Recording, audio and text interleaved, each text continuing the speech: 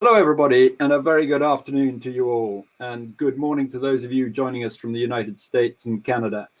We've had an amazing response to this webinar with people registering from all corners of the globe: Brazil, Colombia, Saudi Arabia, Nigeria, South Africa, and many other places too.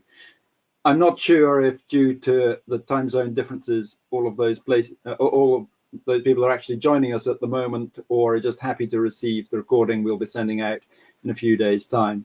But if you are with us now, a very good welcome to you all. I'm Roddy Miller, Editorial Director at IEDP Developing Leaders, and I'm delighted to be hosting this webinar with John Davis of MIT Sloan School of Management. I'll introduce John in a few moments, but I would like to give a couple more minutes for any attendees who have not got here to join us. While we wait, let me give you a bit of background to IEDP Developing Leaders and what we do. I'm hoping that many of you will already know us for the website iedp.com and also our magazine Developing Leaders, which we've now been publishing for over 8 years. Last week, excitingly, we launched a dedicated free-to-access website for the magazine, complete with all our back issues, and you can find that at developingleadersquarterly.com. IEDP has been going for almost 15 years now, publishing information and reporting on the best in corporate learning practice, with our special focus on how large organizations work and use the research and executive programs offered by the top tier of global business schools and their thought-leading faculty. Business schools are hotbeds of new thinking and research, and we have a constant stream of new ideas and practices flowing from our network of schools around the globe. If you've not done so before, please do sign up on our website to receive our regular newsletters and articles and invitations to other online events like this one. I'd also like to mention our sister website, ideasforleaders.com, that creates short summaries of the latest academic research papers for these schools and others on and around leadership and management practice. If these are topics that interest you, I encourage you to take a look or drop me an email at editor@iedp.com to find out more. Okay, that's enough about us. Let's get on with today. I see we've got a good number of people with us now, so on to the main show. It's great that so many of you from around the world are joining us and engaging with our content. You're all very welcome, and I'm sure you will find today really valuable. I'm thrilled to introduce today's speaker, John Davis. John is a globally recognized authority on family business, family wealth, and family offices. He leads the family enterprise programs at the MIT Sloan School of Management, where he teaches strategies for family enterprises to position themselves for the future. John's trained in management, psychology, and economics, and advises multi-generational families from more than 70 countries. He delivers keynote addresses around the world, including the World Economic Forum. He's also chairman and founder of the Cambridge Institute for Family Enterprise. Currently, MIT are running 2 family enterprise programs that are being led by John.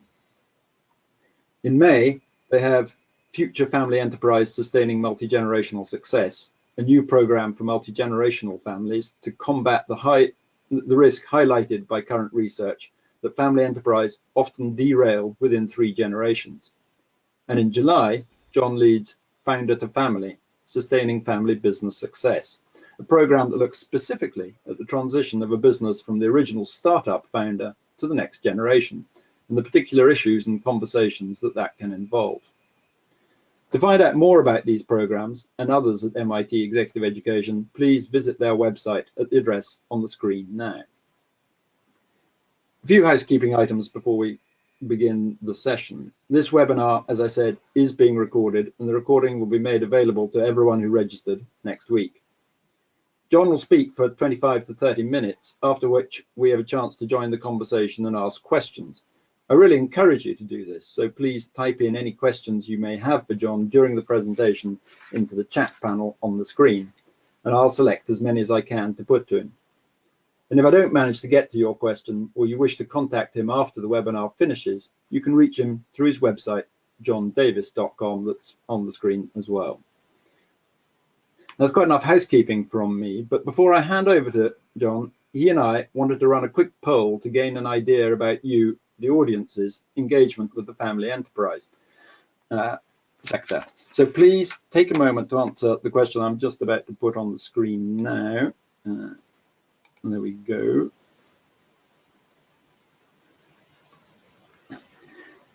And we'll see what your responses are.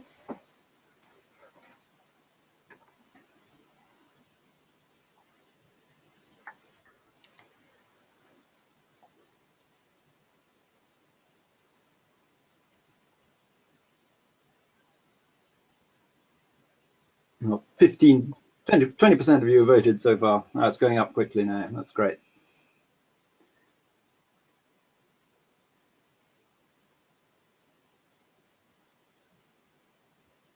I'll leave it for another 10 seconds or so.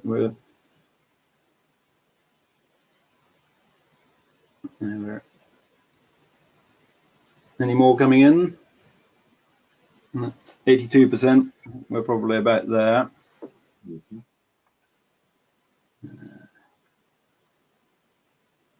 Okay, so I close the poll and we share those on the screen.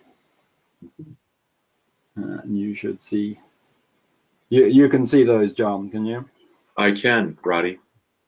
Excellent. Well, with that, let me now hand over to you. So I'm delighted to pass the baton over to John Davis, and we'll take your questions later. So let me just hand you the screen, John.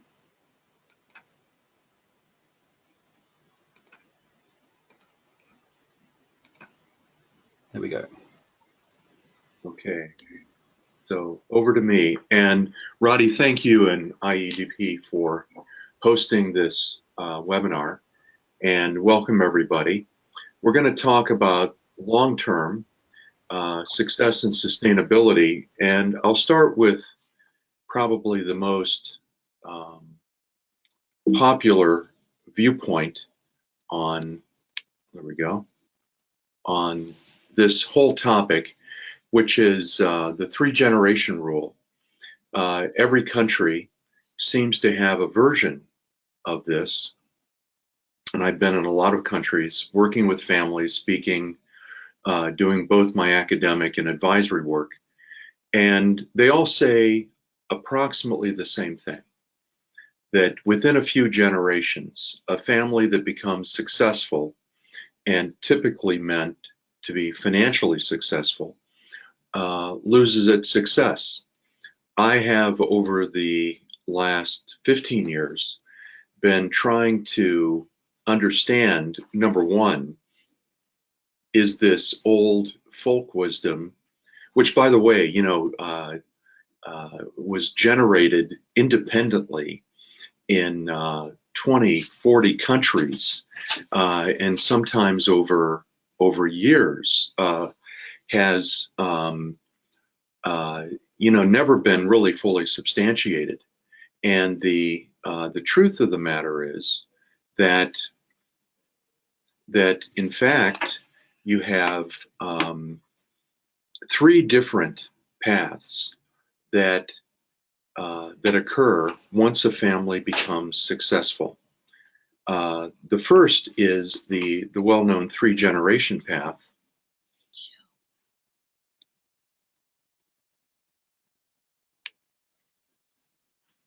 Okay, there we go. Now I'm on. The first is the 3-generation path, where wealth goes up and then comes down in a more or less gradual way. And we think about 2/3 of all families, in fact, follow this path. But there's a faster way to lose your wealth, which we call the quick descent path. And we've studied as well the variety of reasons, individually and in combination, that lead a family to lose its wealth quickly. And then the remainder, maybe perhaps 20%, although we think it's growing, follow the quick descent path. And then the regeneration path, those families that regenerate their wealth over generations, once it's started, once it's been established, We think that's maybe 15% of the families. Now, one interesting question for our discussion today is, are the percentages between the three-generation path, three-generation rule path, quick descent, and regeneration, are those changing at this point? We think that in general, regenerating one's family's wealth and sustaining success in general is becoming harder, not easier, and I'm going to try to explain what I mean by that. We also know that most wealth, significant wealth, is because of owning, operating businesses. In one study that I did not too long ago, 85% of all of the families that were in my sample of wealthy families had operating companies. So we need to understand the sustainability of operating businesses as well. And what we know is that historically about 1 out of 6, maybe 1 out of 7 businesses lasts a full generation. And if you take, of those, if you take the family companies and you take 100 family companies that have survived 1 full generation, by the end of the 2nd generation, there are only about 30 left. By the end of the 3rd, we're down to half that number, and then approximately 10 or 10% of those that lasted 1 full generation make it a full 4 generations.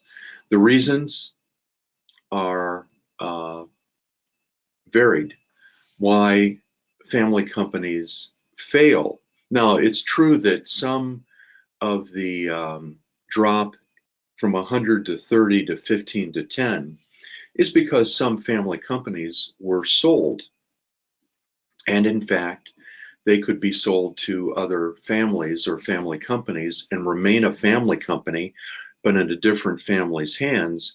But in reality, the number of businesses that are sold it's a small number. So most of the drop in the number of surviving family companies is the result of failure of one kind or another. The two diagrams here, the family business sustainability or mortality curve, as I call it, and the 3-generation wealth paths analysis shows that sustainability is a very hard thing to do, and we're talking historically. One company that seems to have done it well, family company that seems to have sustained itself very well, is Cox Enterprises. And it's a diversified company, but around an information theme. And if you take a look at historically how family companies have typically survived, it's because they try to scale as much as they can, and then at appropriate times diversify into new growth areas. And this strategy historically has accounted for most of the family companies that I've been able to attract or track in terms of sustainability. There's another approach, a less common one, represented by the Stenbeck family in Sweden, where the founder gets into a couple of very reliable and scalable industries in the 1930s.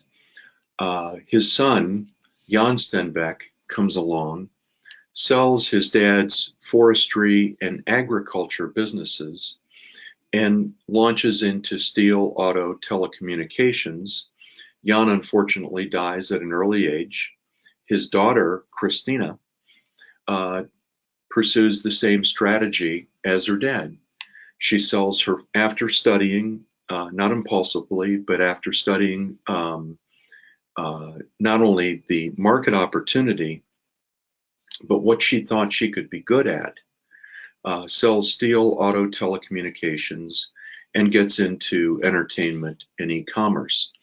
This path, reinvention, is a bolder path, but I think that we're actually going to see more of the reinvention path in the future because industries are getting older, more mature, and less attractive sooner.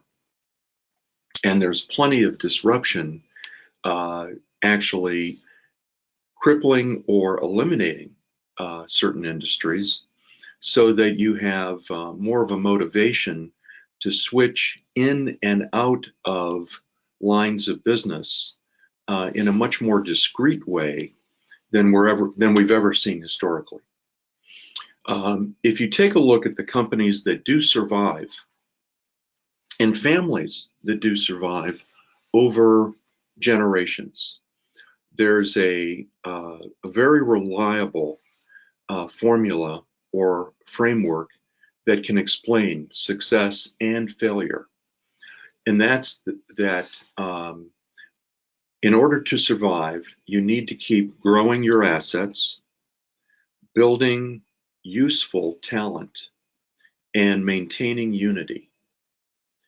And this, of course, happens through or by way of having effective leadership, good structures, good ownership structure, good governance structures, and the right amount of the right resources. And not just financial resources, but also good reputation, good talent sources, good alliances, a variety of resources that help you build your organization. This formula has always been true as when I go back historically and look at family companies and also families that survive over time. And I believe it continues to be true, but the practices, the specific practices that one must be good at to sustain a family company or to sustain a family in business over time, they're changing. And I'm going to explain what I'm observing.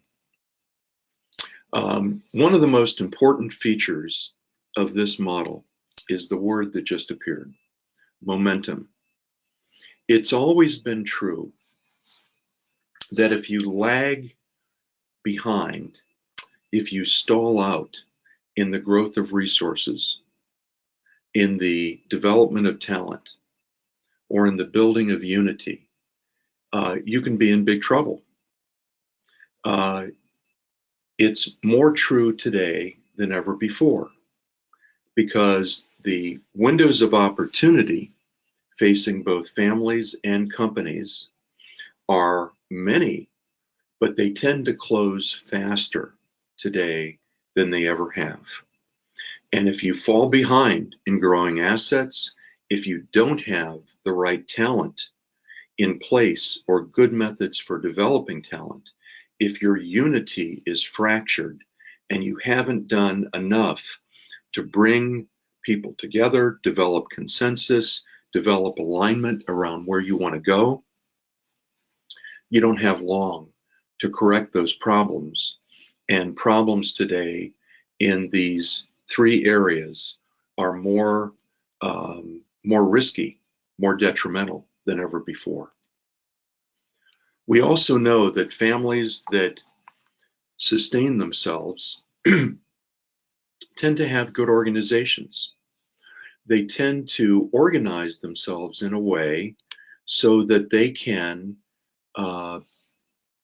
more reliably and analytically understand their situation and be well organized to address the needs of their companies, of their other assets, and to maintain unity. I'll come back and we'll talk more about this.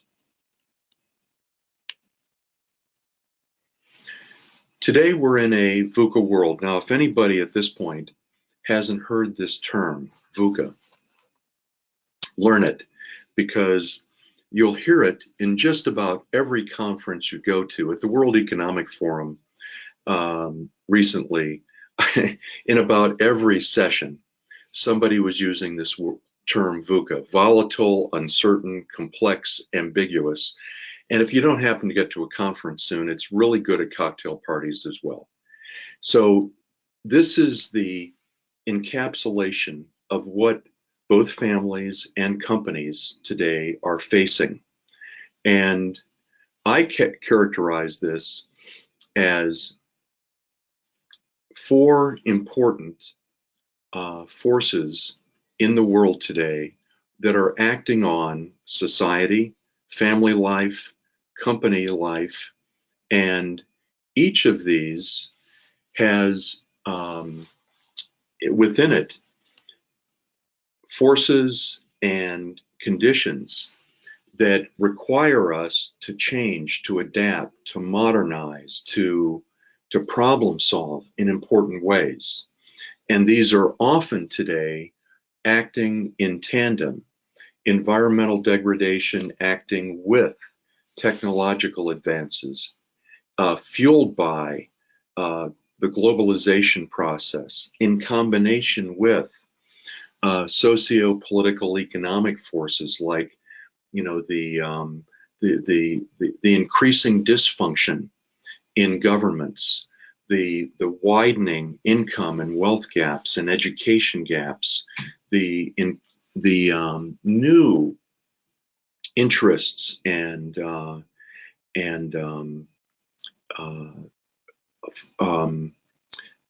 trends that you see with the millennial generation and how they're affecting not only the consumption aspect of any industry, but also employment. So these forces are acting on us, and we have to be ready to understand them and to adapt to them. They're creating disruptive forces that lead to plenty of bankruptcies, going out of business of well-known brands, but also the creation of new companies, new ways of doing business. And so this is just one aspect that we're dealing with today in family enterprise. Let me give you another.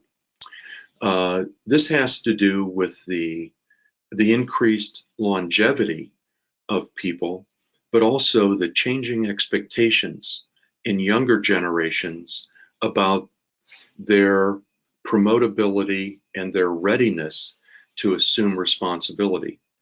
What we saw historically was that senior leaders of companies, including family companies, would typically step back, retire from active management, typically in this age range.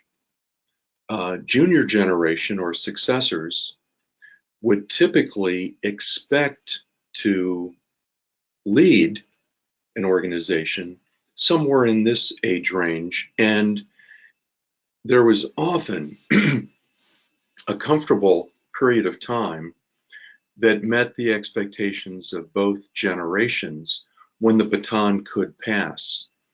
Think about what's happening today.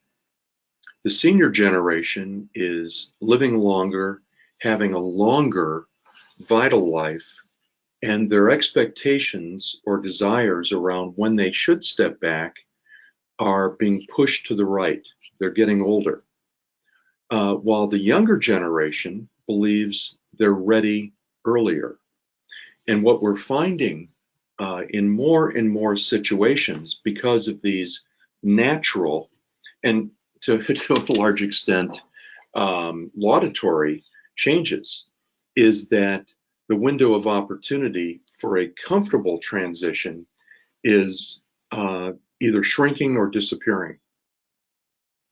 Number three factor that I'll mention today, The modern family is developing in a different way and has some interesting new characteristics. Mobile, geographically dispersed, far less attached to their country of origin. They shop the world for education, economic opportunities, lifestyle, partnerships. There seems to be an increasing loyalty to self rather than the extended family. I see this in every corner of the world I work in. There's definitely more of a competition for the next generation's attention. They have lots of opportunities that they recognize and we recognize, and it's harder to get them to do the things that the family finds traditionally useful. Families today are more and more a mix of both working and leisure members.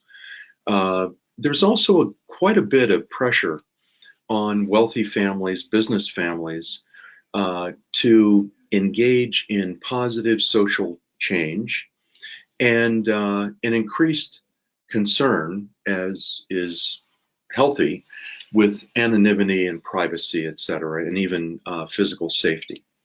So yet another change that the world is presenting us that affects family enterprise. The result of all of this is that we know that the future will be very different. One of the reasons that I'm very happy to be at MIT is because my colleagues at the school are studying so many aspects of these factors and trying to understand what the future will look like. My job at MIT is to think about how all of these changes are affecting family enterprise.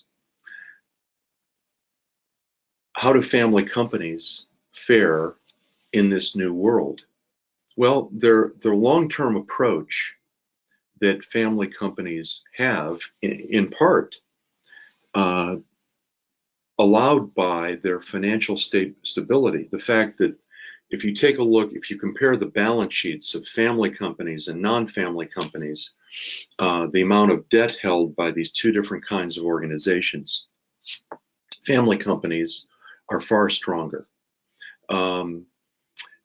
Long-term approach, financial stability, their quality focus, they're greater, and this has been demonstrated in a number of studies, greater innovation, and also their dedication to their community and to values.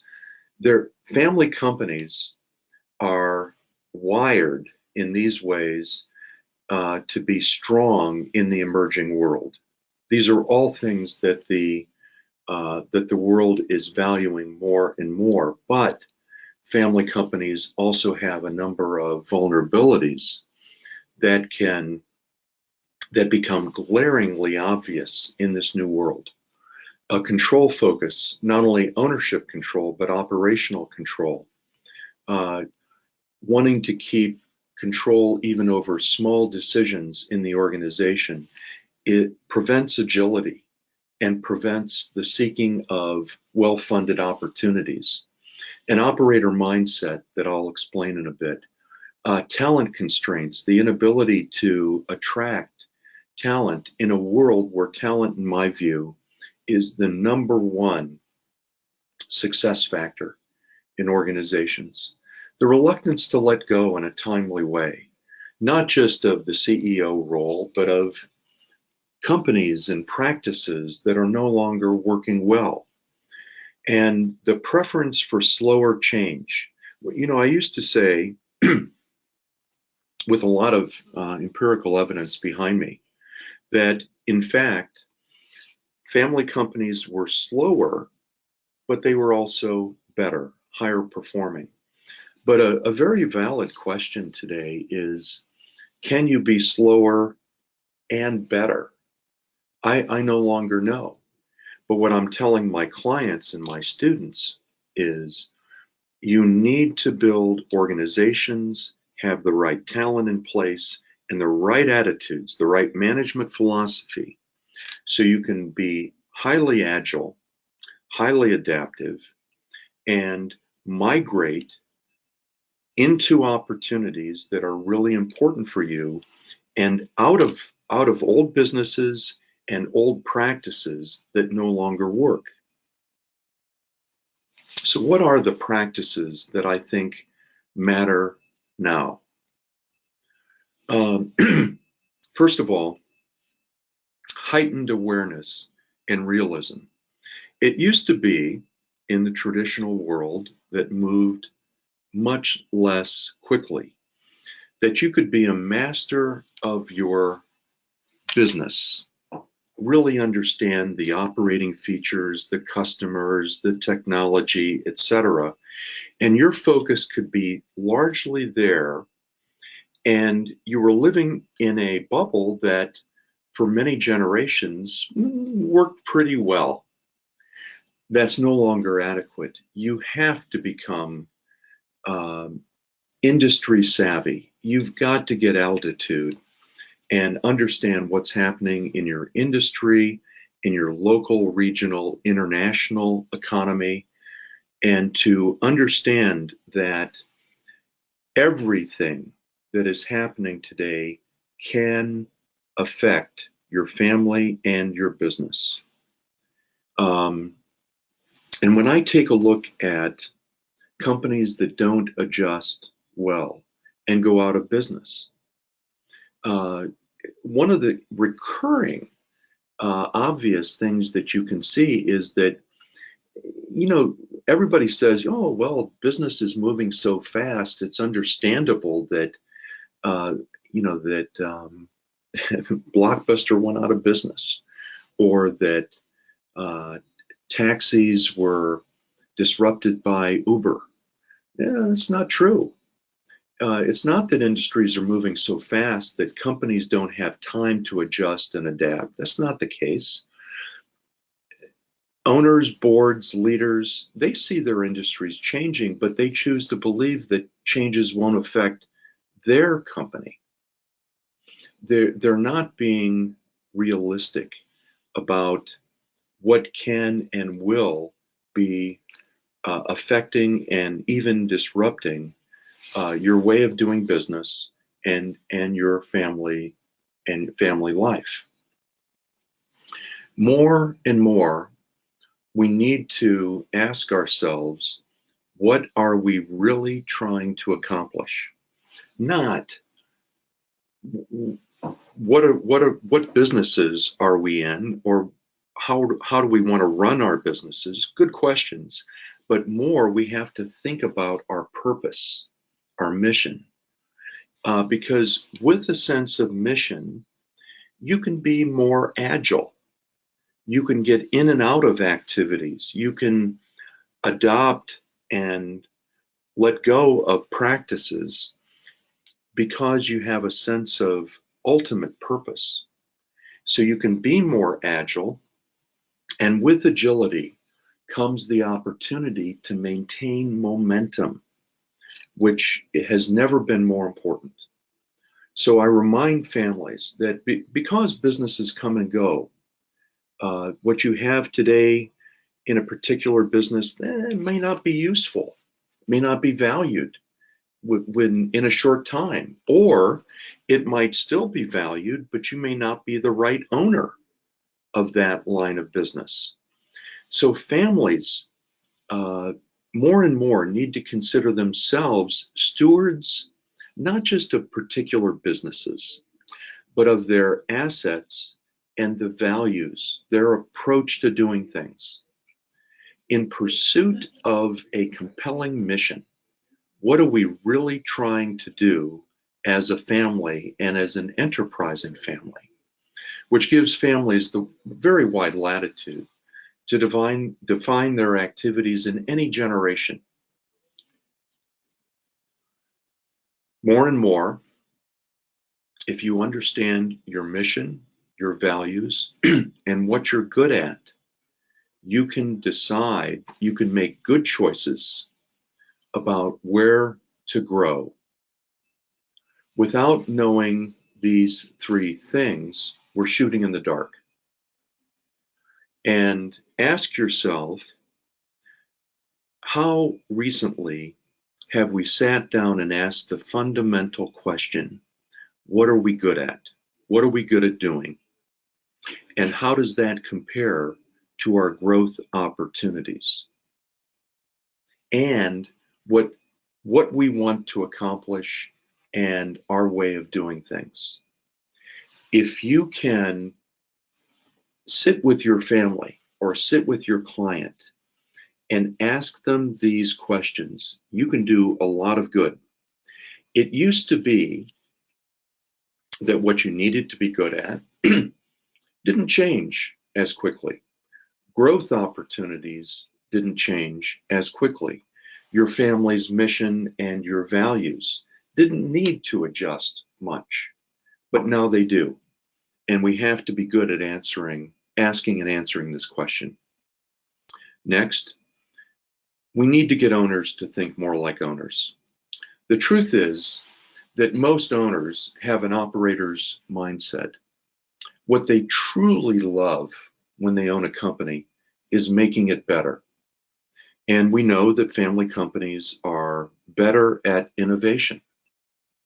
Family owners love to tinker, to adjust, to perfect what they do. And operational excellence, I'm not dismissing it, it's always important. But you also need to complement an operator's mindset with an owner's mindset. What should we own? What are we good at owning? What should our portfolio consist of? What returns of various kinds do we want from what we own? How do we govern all of this? How do we find the best talent to manage all of this?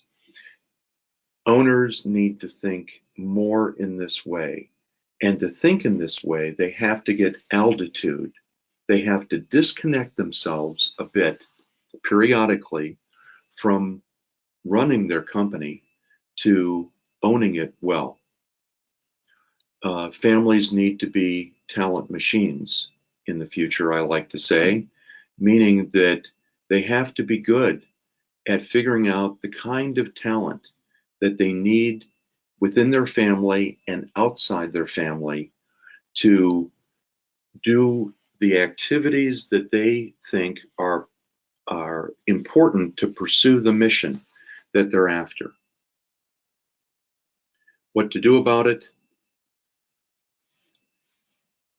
At MIT, we've launched a couple of programs for family companies, families that have enterprises of various kinds. You might have a family office, not an operating company. You might be in a family enterprise that does a lot of philanthropy as well as investing assets. But if you do things together as a family, we're offering two programs. The one on the left, Future Family Enterprise, are for families that have reached generation 2, 3, or later, and they face their own set of issues. Or on the right, founder stage families that are at various points in transitioning into the second generation. Each of these two sets of families have pretty distinct issues, which is why we offer separate programs here, but they're all facing the issues of how to get successfully into the future, which involves dealing with some of the issues that I've tried to outline here. Roddy, let me go back to you at this point. Fantastic, John. That was superb, and a rapid tour of. We cover a great deal of ground there, from family succession through the speed of change of business at the moment, and purpose and values, and founders' mindsets as well, which is superb. Thank you very much for that. And I see that we've got a good selection of questions coming in already, but please let me just remind everyone that this is your chance. We've got about 20 minutes left to put some questions to John and get his insights on those. I'm going to kick off with a couple that I've picked out. And you John, you mentioned in one of those slides around stewardship of or the concept of being a steward of family assets and values. And I mean, that's an area that is being very much explored, I think, by lots of public companies these days, not family-owned companies, and they're very keen to understand that stewardship. And it clearly plays into the idea of longer-term time horizons than they're forced to report to. It's easier to have a stewardship approach if you don't have to report every quarter, I suspect. But what can family businesses teach others, do you think, about this kind of approach? Actually, quite a bit. You know, the appearance now of this it's called long-termism. This new approach that public companies have discovered, non-family public companies have discovered, about thinking, planning, investing, nurturing organizations to achieve more over the long term, as opposed to being short-term, even quarterly focused. These public companies act like they've discovered this philosophy, but this has actually been a philosophy forever in most family companies, because family companies tend to think much further out, even generationally, when they're planning for the future. You will see family companies investing in activities today that maybe only the next generation are going to be able to harvest. So to have a long-term approach to one's business and also to one's family, it helps enormously if the owners and the broader family think like stewards. And the steward mentality is one where, you think about, how do I grow this, the value of this, the economic value, the social value, the reputational value of what we have, and get it into the future. That's the mentality of a steward. And if you've cultivated that among your owners especially, but even the broader family, things work far better. Now, the big question, and this is the change that we're seeing now in the future, what should we be a steward of? My advice is, you don't want to focus on a specific business or business line to steward. You want to think about two things. I want to steward the value of what we're creating in general. The particular businesses, the particular activities, we may have to change those. Some businesses may go away. Other businesses may decrease in terms of their returns of various kinds. So we have to be flexible in terms of what we own and also our practices, but the creation of value, economic value, social value, reputational value, etc. That's what I'm going to steward. And we're also going to steward our important values, or our approach, how we do things, how we treat stakeholders, how we invest for the future, how we behave ethically, for example. So value and values, Roddy, that's what you need to really focus on stewarding. Now that's really interesting, and I think it plays very much into. I was struck by many things that you say, but time prevents me from going on about too many of them. But the Stenbeck family that you illustrated there, and how each generation had a completely different focus. And it seems to me that what they're doing is really, it's about asset allocation rather than building on any expertise itself. But now what you've just said in that previous answer also suggests that they're bringing in those, or they, I don't know whether they are or not, but they should be bringing in the values that originated with the grandfather as are being displayed by the granddaughter. Yeah, precisely. And if you look back over the generations in the Stenbeck family, you see remarkable similarities in the entrepreneurial attitude, the care for the environment, the ability to develop good networks and partnerships. The approach over generations is remarkably consistent. It's just that they've switched out activities because they've asked the important questions. What's our mission? What are we good at? What are we interested in? And what are the growth opportunities? And that family has migrated usefully, very usefully so far, into activities that where they're actually looking at those three overlapping circles and saying, okay, bullseye, this is what we can do well. It's growing, and we can use our approach here. Yeah. Well, it's an approach that Warren Buffett has used very, very good. Whether that's a family business or not, I'm not sure, but he's always cast himself as being an asset allocator rather than an expert in any of the individual organizations that Berkshire Hathaway owns. Precisely. Before we open up the questions, that you also use that phrase where can you be slower and better? And I think that's a really fascinating question of our time at the moment, where everything seems to be getting faster and faster and faster. I mean, given that family enterprises do have this longer time horizon to play with than many companies, is that an opportunity or is it a false opportunity? Can it be a trap? Well, you know, what family companies tend to make good forward investments. They tend to. Everybody who makes investments will make mistakes. Well, some will be good, some are okay, some are bad. What family companies tend to be particularly slow at, Roddy, is getting out of bad bets, bad economic bets, and bad bets on people. They tend to be terribly slow, resistant to getting out of bad bets.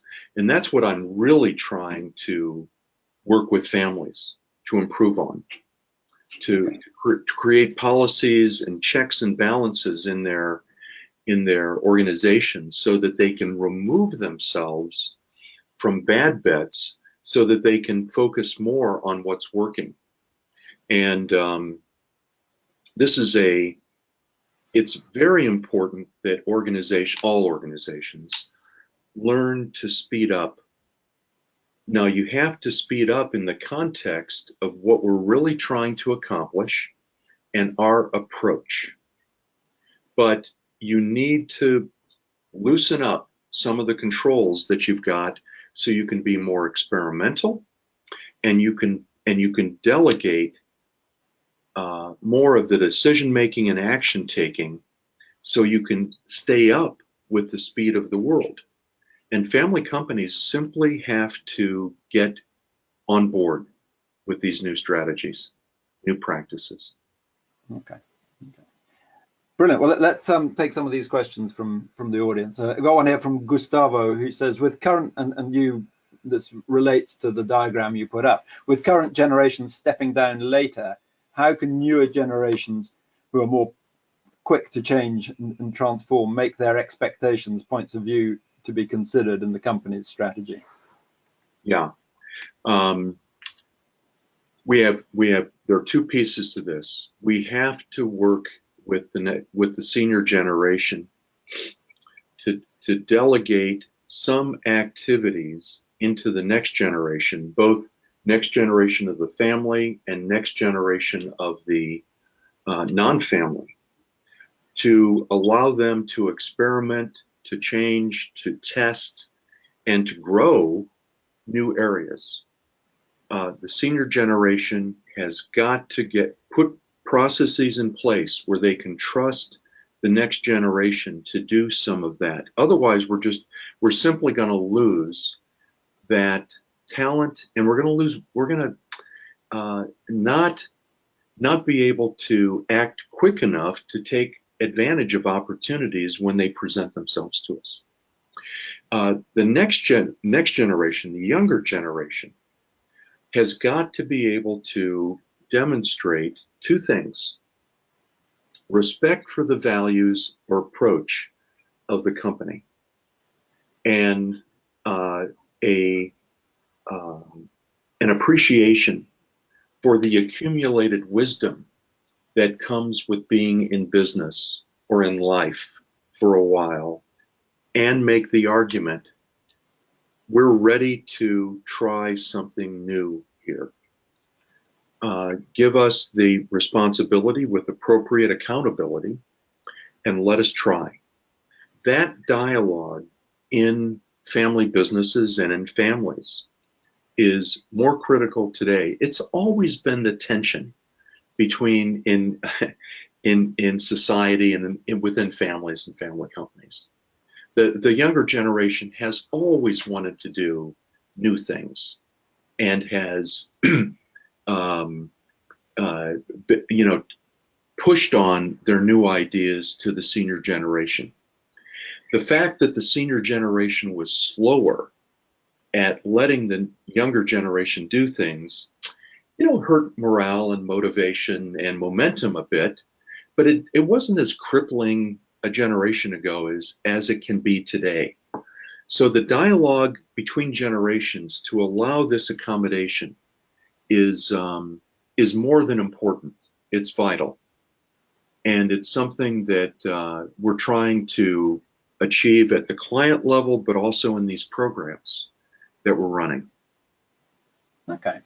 And there are a couple of questions coming in here, which I think are sort of peripheral to that, around family members, next generation members who aren't yet in the business or are needing to be brought into the business. And the question here from Joy, which goes, how do you motivate the next generation to educate and inform themselves and become active or at least involved shareholders? So that's not necessarily suggesting a management role itself, but as a supervisory sort of engaged role. And in tandem, we've got one here from Michael who says, what can parents do to make sure they don't accidentally trap their children in the business, which presumably is a high risk? Well, Michael's concern, it's a typical parental concern, wanting to give good latitude to the next generation. Let me approach that one first, and I'll go back to the ownership, developing good owners question.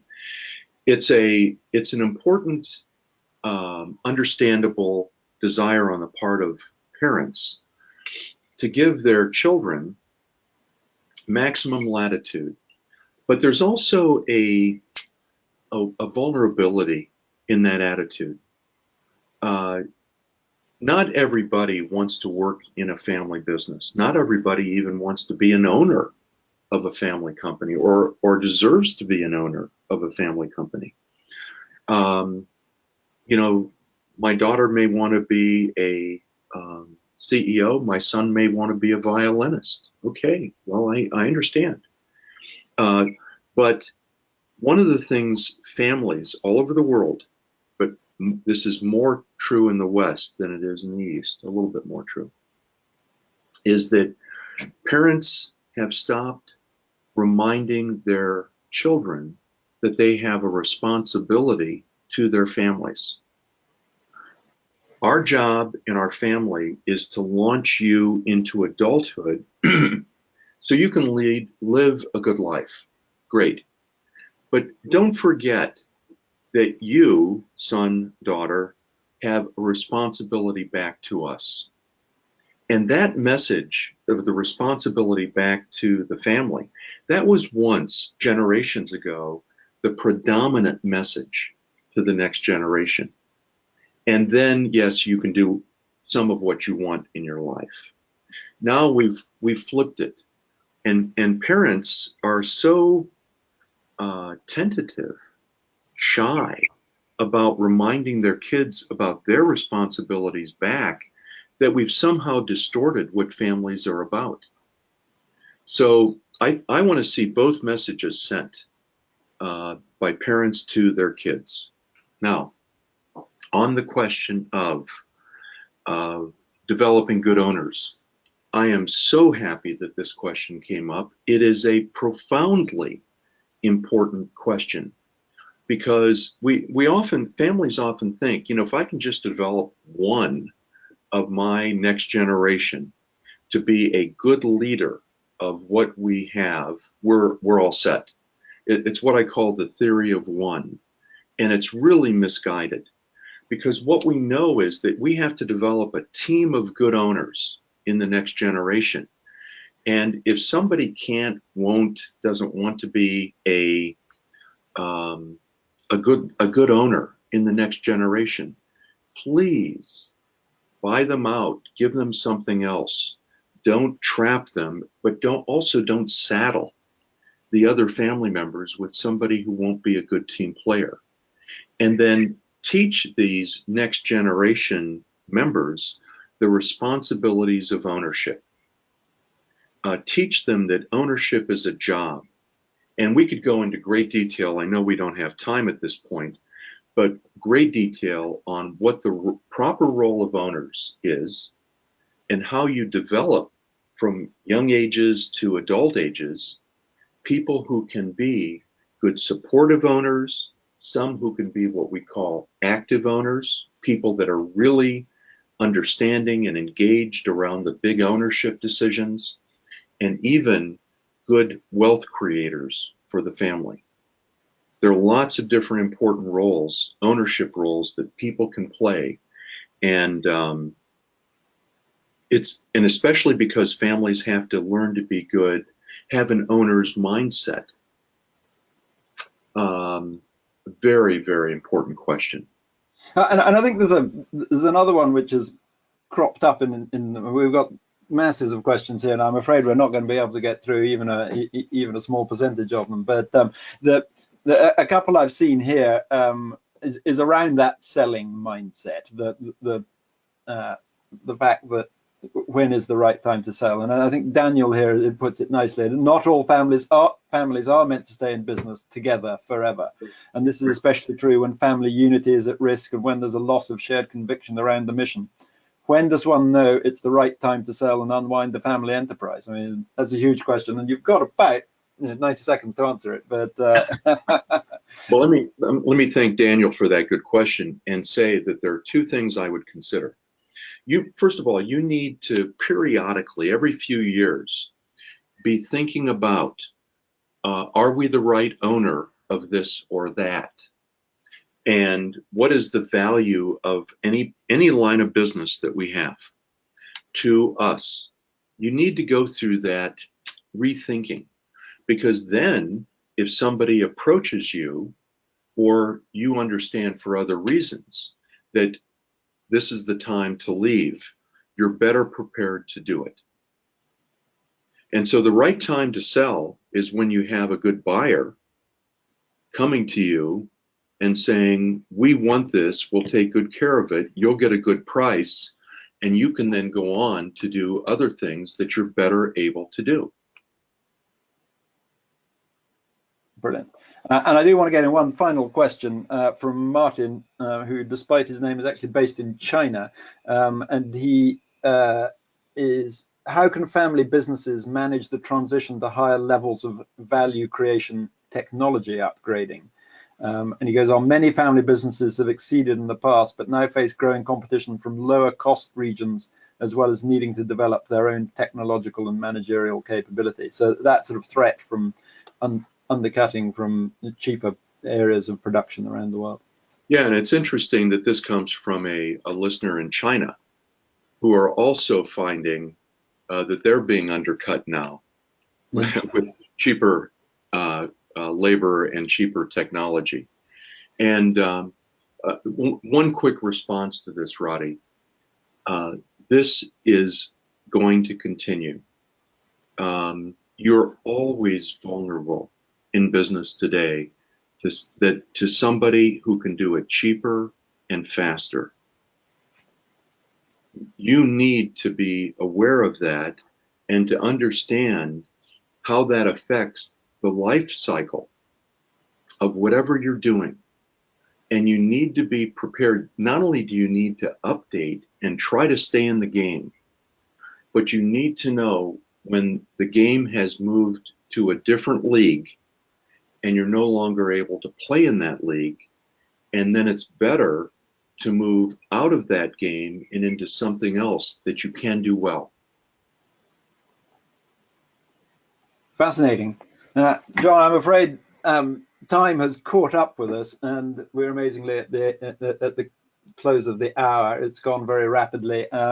Thank you so much. It was a brilliant insight into a lot of these issues, and I apologize to the audience who we didn't manage to get to their questions. But as I said, I'm sure they can reach out to you through those links we had earlier if they want to specifically get in touch. Well, thank you, Roddy, and thank you for hosting this conversation, and I look forward to staying in touch with all of you who are listening, and do pay attention to what we're doing at MIT. It's exciting, and I'm very proud to be a part of that team now. Brilliant. Thank you very much, John Davis, and thank you all for listening. We have got a number of other webinars coming up in the next few weeks, so please have a quick click on iedp.com and see which ones are of interest to you, and we hope to see you with us again soon. But John Davis, thank you very much indeed. That was superb. My pleasure. Thank you all. Bye.